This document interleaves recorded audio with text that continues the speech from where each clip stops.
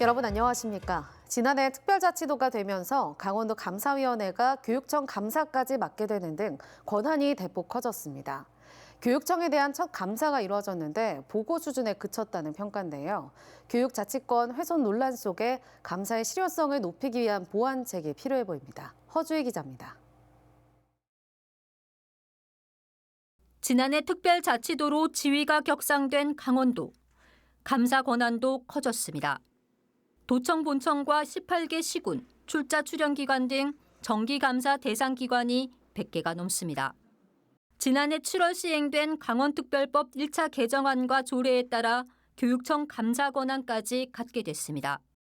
강원도 교육청 본청은 물론 15개 교육청 직속기관과 17개 교육지원청, 여기에 학교안전공제회까지 강원도 감사위원회가 직접 감사하기로 했습니다. 교육청으로부터 5명을 파견받았지만 44명의 인력으론 부족해 학교 현장 감사는 위임 감사로 진행합니다.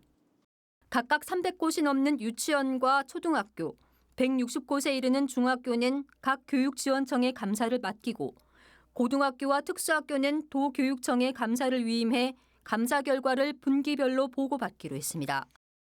위임 감사가 제대로 이루어졌는지는 도교육청과 교육지원청을 감사할 때 다시 살펴보면서 보완하겠다는 계획입니다. 교육지원청 정기 감사 때 직접 감사한 거에 대해서 확인하는 거로다, 감사하는 거로다 이렇게 해서 그 감사의 실효성을 좀 확보하려고 합니다.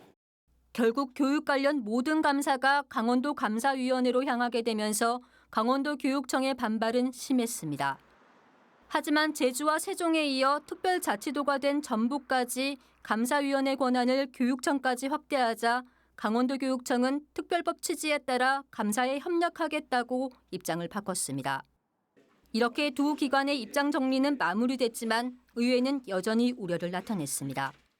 교육지원청이 2개밖에 없는 제주와는 달리 강원도는 교육지원청이 17개에 이르는 등 규모가 커서 감사의 융통성이 필요하다는 겁니다.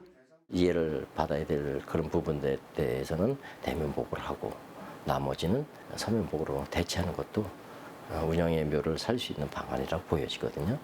그래야지 하부기관이라는 그런 느낌을 좀 덜 받지. 본격적으로 교육청 감사에 나선 강원도 감사위원회는 감사 기간을 최대 12일로 늘리고 감사 인원도 11명으로 2배 확대하겠다고 밝혀 특별자치도 체제에서 교육 현장에 대한 영향력이 더 커질 것으로 예상됩니다. MBC 뉴스 허주입니다.